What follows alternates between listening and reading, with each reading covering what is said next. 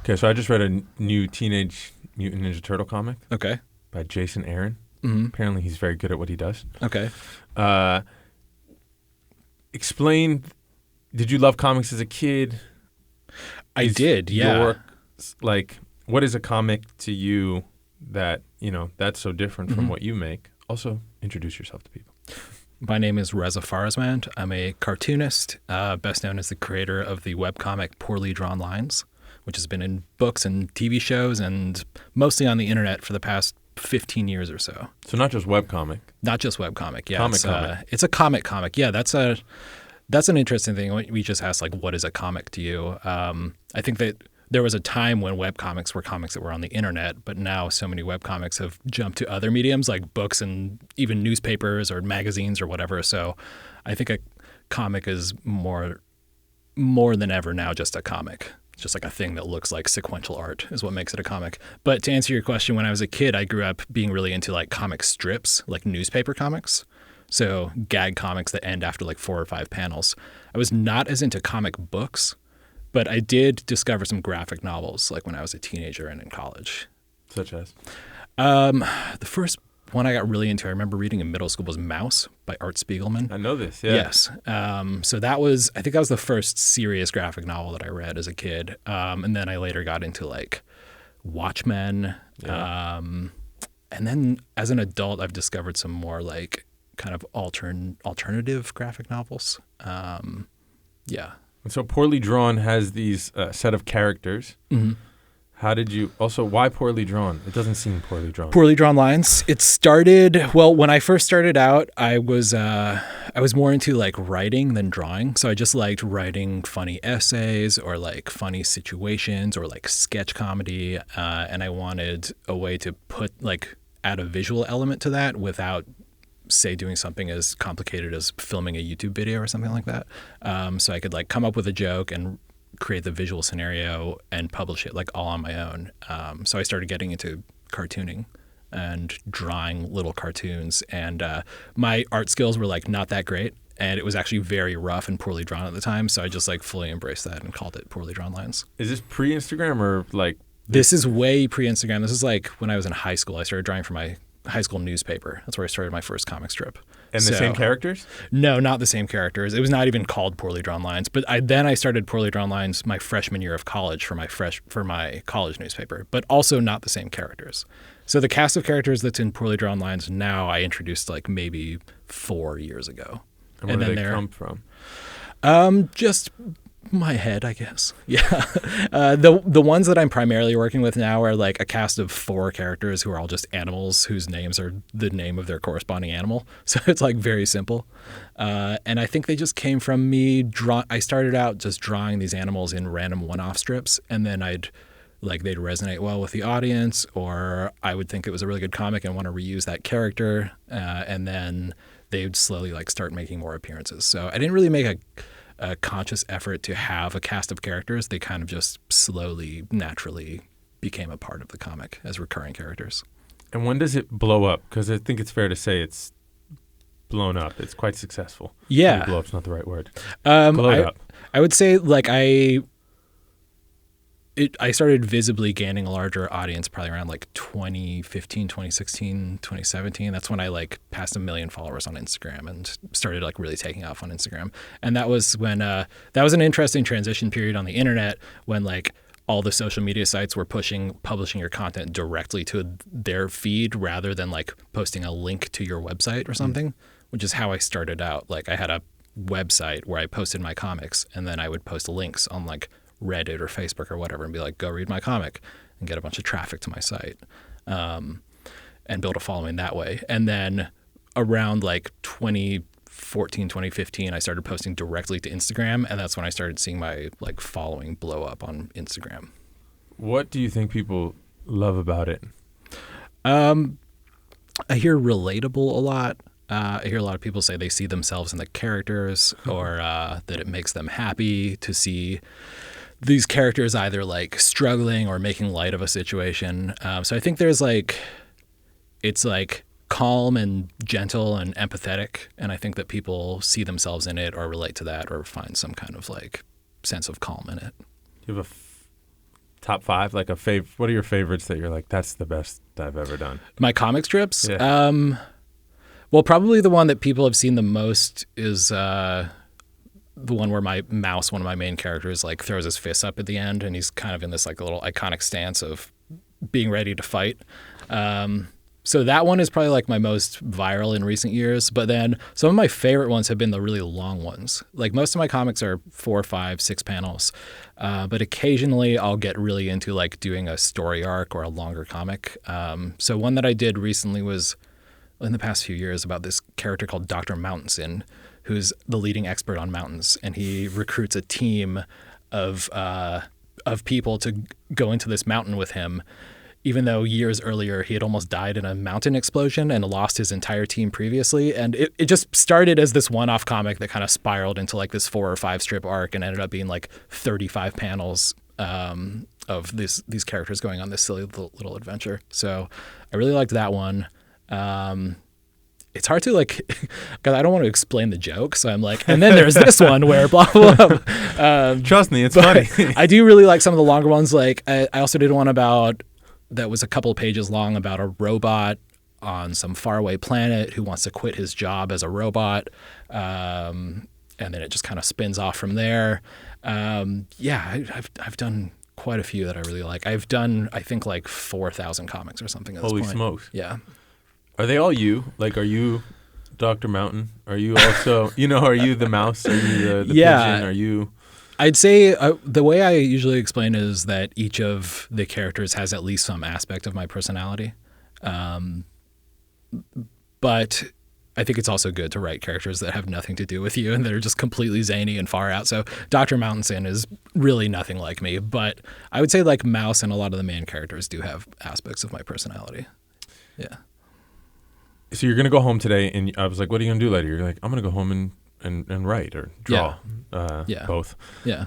Every day?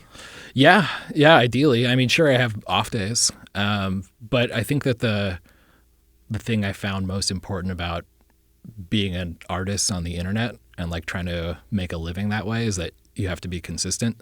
So I had to really get into the habit of treating drawing and writing as like a job or something I have to do consistently every day. But you haven't lost joy from the job part.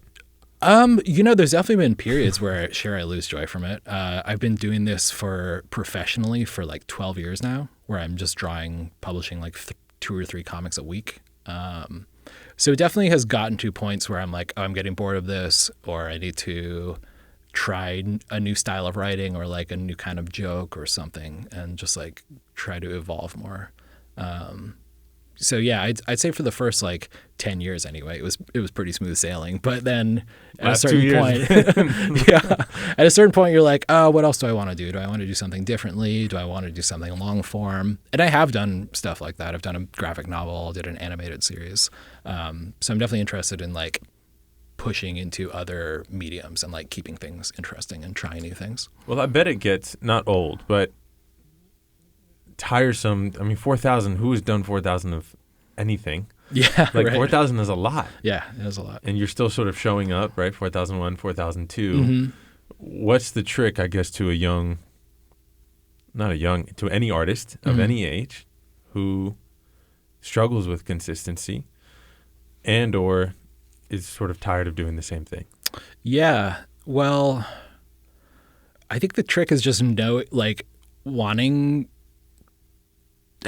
It's not even really a trick. It's just like I don't even know why I do it sometimes. I just have this like desire to make this work and put it out there. I think it's like feeling like being a part of the culture, maybe of the internet or something. That there's like an aspect of fun to it and feeling like you're belonging to a community. But I'd say the main thing is just like want to produce the work badly enough. Like it sounds like a lot, but 2 or 3 comics a week doesn't feel like that much to me, because I really like doing it. And I feel this desire to like write these things and put them out there and have people read them and connect with my work in some way. So I think if you just really love it enough, it feels kind of easy. And that's not to say that if people are struggling with their work, they don't love it. Like I think you have to embrace those periods of not being very productive, because I think every artist deals with that, or any person in a creative field. And in those situations, I always just try to make bad art, like make stuff that I don't necessarily think is perfect. So like just don't be perfect about it, and just make stuff. And if you do it enough, consistently enough, you start to develop a voice and a habit, and become more consistent and good at it. Do the people reading give you like a motivation or an energy to make another? Are they the ones also inspiring? Yeah, certainly. I mean, I can think back to like today. Yeah, they still are like inspire me, like knowing that people are reading my work, or if they send me a message and saying they're getting something out of it, or like it brightened their day or made them laugh a lot. Like that's great to know. When I first started out, though, I wasn't getting a lot of that, because when you start out, you don't have a lot of feedback. You have no one really reading your work. But then, like when my stuff really started blowing up on like Reddit and other social media sites, that definitely was some positive feedback that made me more motivated. I was like, oh my God, I can reach 50,000 people in a day. Of course I want to keep doing that. That's the struggle, I think, with a lot of artists, is you're making into a void. Mm-hmm. Yeah. And now where I think you're under the assumption that you have to share publicly into the void. Mm-hmm. You don't know if it's being received. You don't know who's watching. You don't always get the day-to-day feedback. And so to stay consistent until the day where it comes, I think is the real, we have to sort of delude ourselves to totally. Keep making, keep going, keep creating. Yeah.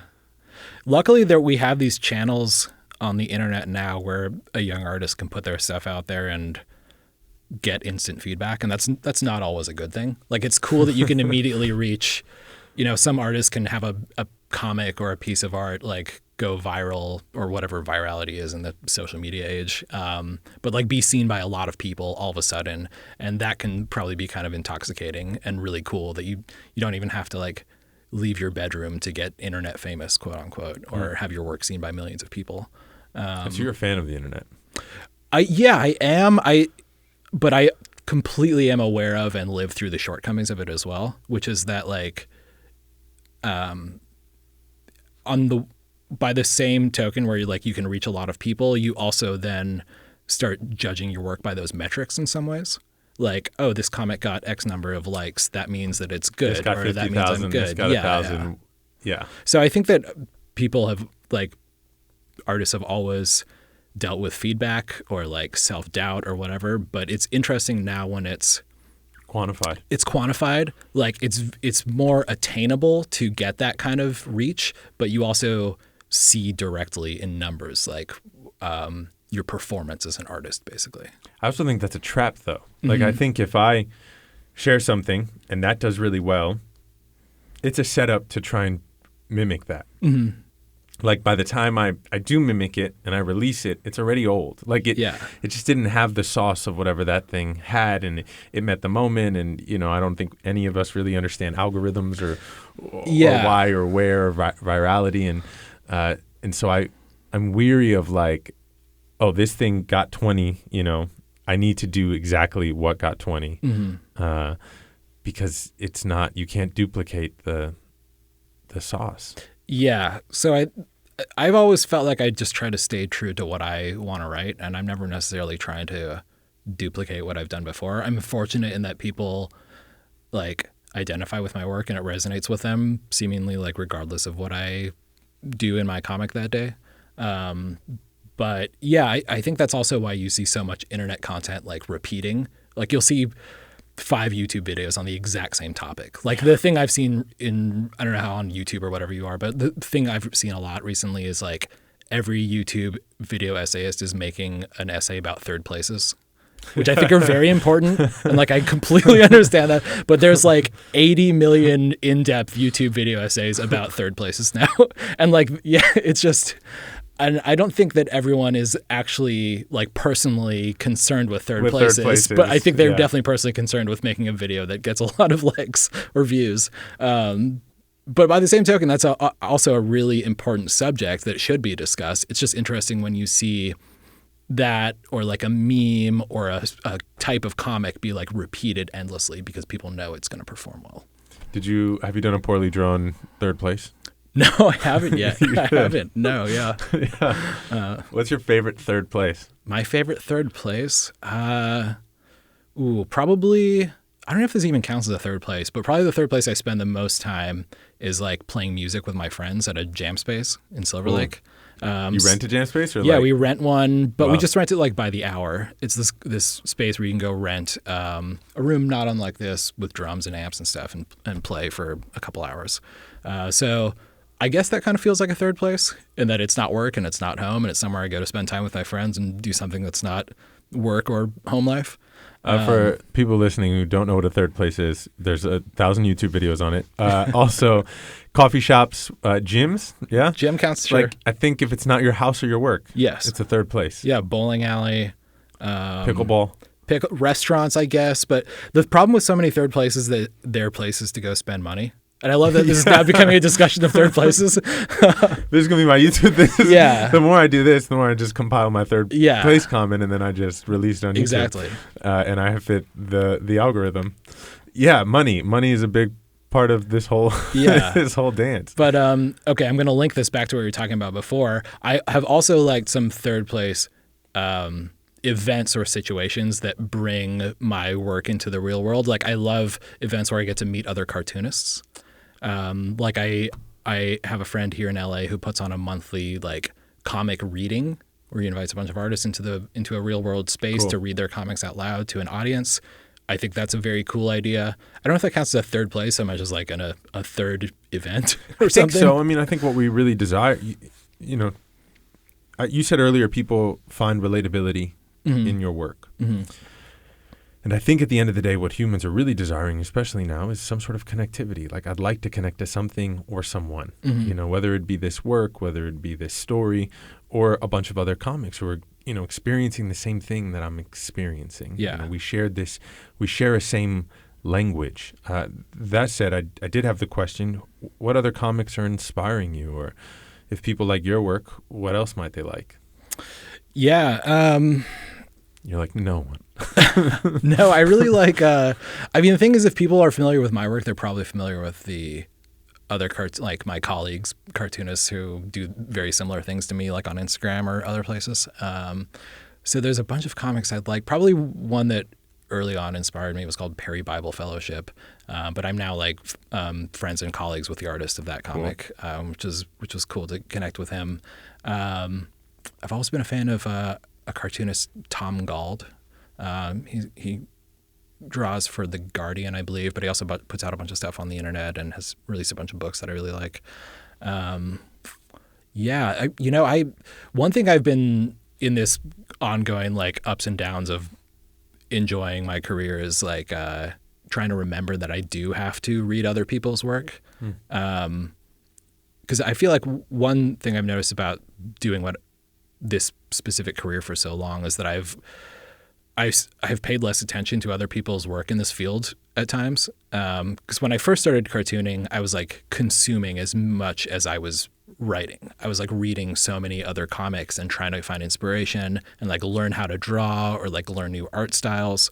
And as I settled into my voice and my routine and like became really comfortable writing poorly drawn lines, I feel like I relied less on trying to like learn from other people. So that's now something I'm trying to consciously like reintegrate into my life, is to like be actively learning and like reading other comics. And I think that has to be seasonal for artists. Like truly, I think as a writer, as an actor, I think there are times where you really have to cut off the information, like, and just do the work. You can read forever and get inspired forever, and someday you just have to do the work. Right. Yeah. And then I think, I think it's seasonal. You're like, oh, now I'm at a place where I can embrace some other ideas, see how I learn, see how I'm inspired, see how I'm moved. Yeah. I also think it doesn't have to be the same medium to do the inspiration. Oh, 100%. Yeah. I find it's really important to like watch movies, or TV shows.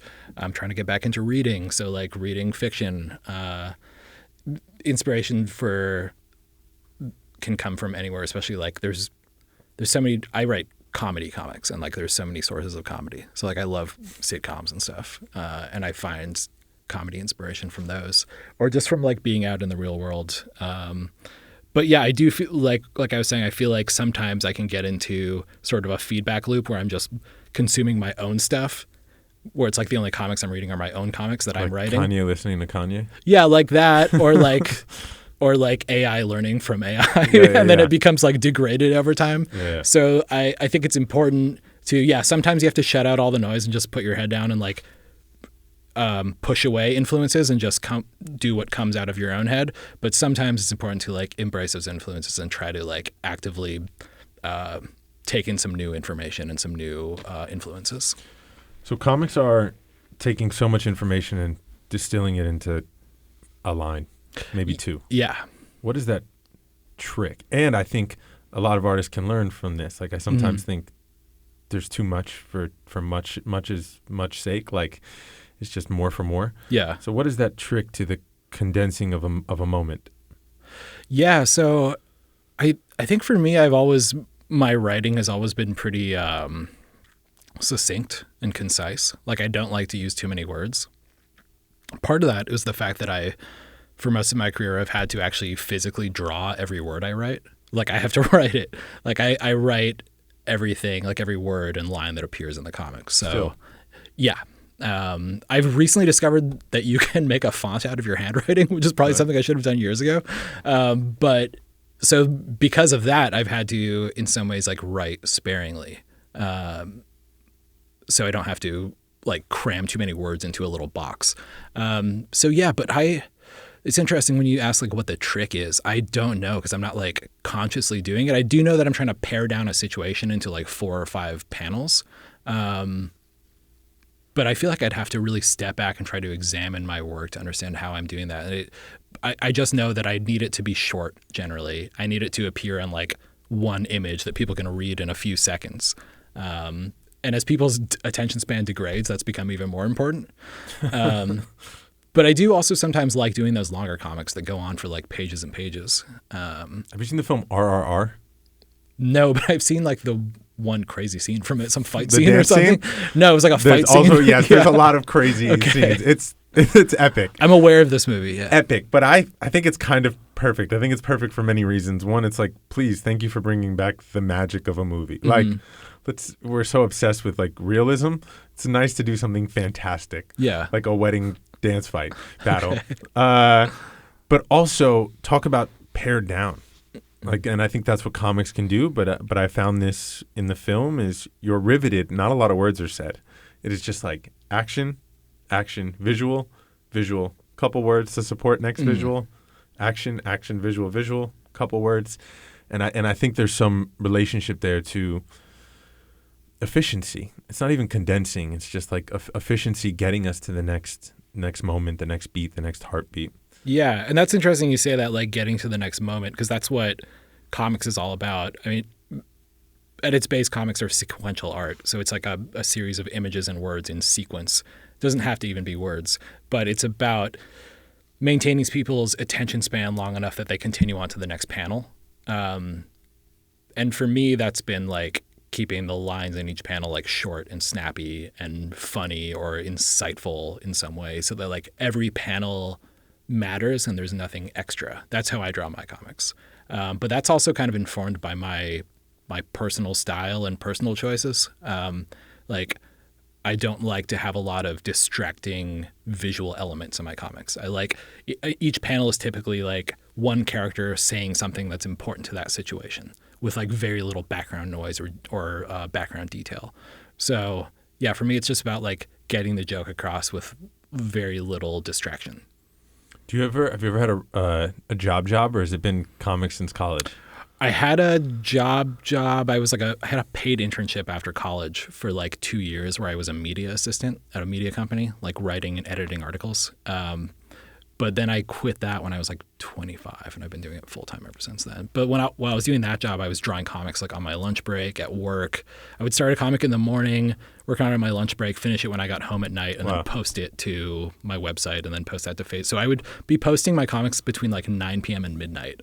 Because I didn't really know anything about posting schedules or anything. I was just like, I also I looked to see what the cartoonists who I knew who had made full-time jobs out of this were doing, and they were all like posting 3 or 4 times a week consistently. And so that's where that consistency came from. I was like, oh, if I want to do this, if I want to be a pro, I have to do this regularly.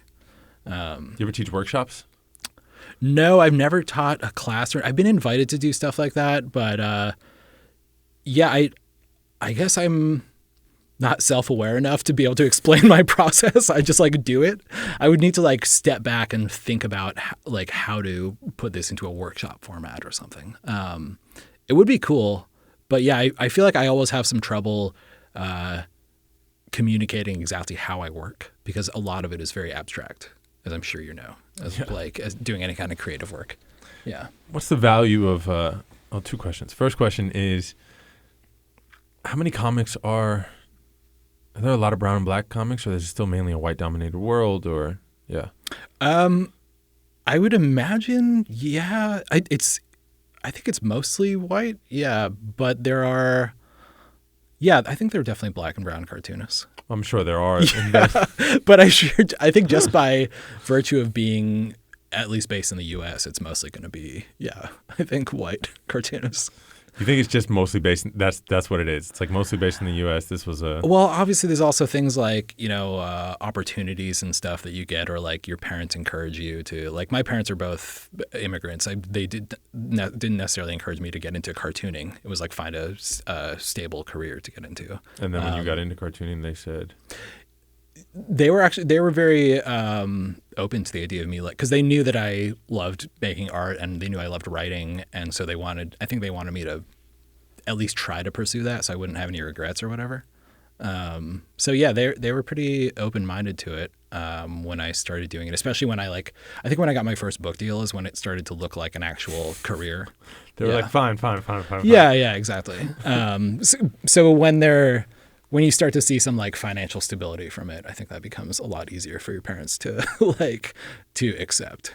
So a lot of artists maybe don't have the financial stability yet, / don't have the following. This is that, word of advice moment. Like if you have one, what would you say to them, or yeah? Yeah, just go for it. Like there's really no reason not to try it. Like I was able to make comics and put them on the internet while working a full-time job, at least for a couple of years. And I was fortunate that I was able to make money from it pretty quickly. But there's like more avenues than ever to make money from this online and to like build a following. So it really just feels like a really great time to want to be a cartoonist. Cool. Obviously, there's a lot of downsides to how the like algorithm works or how social media influences art or creativity. But if you just know what you want to make and like stick to your guns, I think you have a pretty good shot of like finding a good following as a cartoonist or a visual artist online. I think it's nice and interesting that you said you can't explain your process. You can kind of just do it. Mm-hmm. One part of me says that's really genuine. It's just like a thing. I like to go home. I like to draw this thing. Mm-hmm. I like when these characters come out of me. I'm really like open. You're this sort of vessel. I have Yusef Komunyakaa as a mentor of mine, and he says our only job as artists is to remain open. Mm. Like that's it. You have one job. It's not really to understand what you're open to. It's just you'll know when it arrives, and then you have to put it down. Yeah. You have to scribe it in whichever way you scribe. Right. And I think that's what I'm hearing from you. It's not even really an overthinking. It's just like, I'm going to do it on my lunch break because I like it. And isn't that don't think about selling it. Like if you haven't made love to the thing itself, like you're reverse engineering if you're thinking about how I'm going to sell it. Mm. Will people like it? It's just like, no, I enjoy this on my lunch break. Like a sandwich and a napkin is sick. Yeah, totally. That's not to understate that I wasn't like desperately trying to figure out how to do this for a living. Like I was like, I don't want to work in an office. I want to make art full time. So I was like doing a lot of research trying to figure out how to make money from it. But at the same time, if I wasn't like tailoring my work to be viral or anything like that. I was just doing what felt right and what I thought was funny. Yeah, the efforting, the calling it in. Yeah. So we're not downplaying this. Yes. You wanted it and you made it happen. Yeah, I don't want to romanticize it too much. Yes. I was like, I don't care if I ever do this as a living. I was like, no, I want to be a professional. Yeah. And I think there was definitely a degree, this is something I've heard from a lot of people who go full time with their work, is that you have to like kind of delude yourself into believing that it's possible, because the odds are really stacked against you. So for some reason, even as I was like struggling or whatever, there was never any doubt in my mind that I was going to be a professional cartoonist. Yeah. Sick. So I think you just have to like believe that it's going to happen. I think that's that delusion I talk about. Yeah. Like I had that same delusion, and I sometimes lose it. And as I've actually accomplished things, I think I've lost that. Yeah. It's easier to imagine you'll have something when you have nothing, and then when you have something, you feel sort of grasping in desperation that I have to hold on to it. And then I think there's like this version of me returning to that healthy delusion that says like, no, I'm not going to lose what I have. I'm actually just going to have more. Yeah, that ties to this thing I heard recently about like amateur art, where when you are making art as an amateur, you're not aware of the constraints of the industry or what's expected of the medium. So you just do whatever. Like you take a lot of risks, and you don't know this joke isn't going to work because you haven't tried it already. You haven't been doing it for years. So there's something like raw and outsidery about that like early amateur art, where you don't know what's possible, or you don't know the limitations. You just know like what you want, essentially.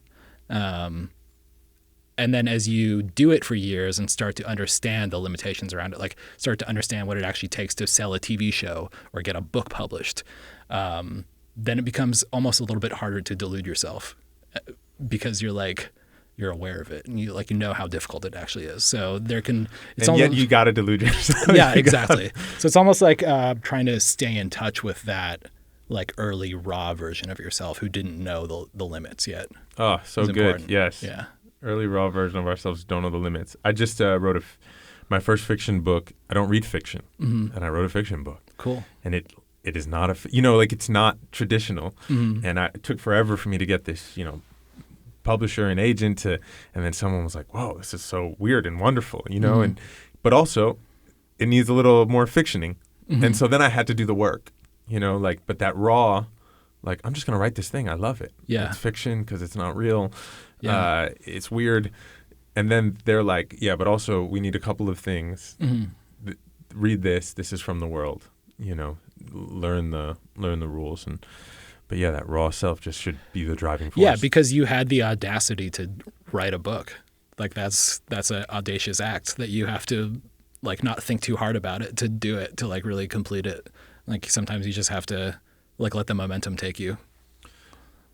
Amen to Audacity. I feel like that's a solid place to drive this home, which is any artist, you had the audacity to be an artist, to be a comic. Like I'm gonna do it. Yeah, I'm gonna do it. I'm gonna make it. I want to do it. And we have a lot of artists who listen here, and may you continue to be audacious, and just say I'm going to do it. Yeah. Any questions for me? For you? What's the monk's name? What is my monk's name? I'll tell you a monk's name. I'm interviewing a monk, y'all, and I was telling him about it. And the monk's name is, because I have the calendar invite, Koshin. Cool. Koshin Rosen. Yeah. Okay, nice. Probably not pronounced as Latino as I did. Koshin Rosen. Real question for you, though. What's something that you need to be audacious for right now? I like this convo. I think it's this. I'm remembering there's so many projects I want to make, and it's exactly what you said. Yeah. Like I've made so many things, and then you start the realities of I became more graspy the more successful I got. I didn't want to lose it. I used to sleep in my car, so it was easy for me to say I'm going to have everything. I'm going to do this. I'm going to do that. And now I got, central air and a nice life. Yeah. And I want to return to that audaciousness. And so that audaciousness is just continue to make the art the way I always made it and know that it will find its home. Do you feel like being comfortable makes it more difficult to make good art sometimes? No, we deserve to be comfortable. Yeah. Okay, like we deserve to be comfortable. I'm over that, suffering is where art comes from. Like we deserve to be comfortable, but that audacity is a really, really important part of my practice right now. Like just keep knowing that it will find its place. You were audacious enough to write that movie or write that book or do that thing or, keep auditioning and it'll find its place. Like do not lose that like little young Chris who was like, people would always say it's so hard to make it in that industry, and I would say not for me. Yeah, I would respond just like that. Yeah. And that little fireball is what I need to return to. Totally. Yeah. Yeah. Sick. Yeah. Thanks, dude. Yeah. Thanks for having me.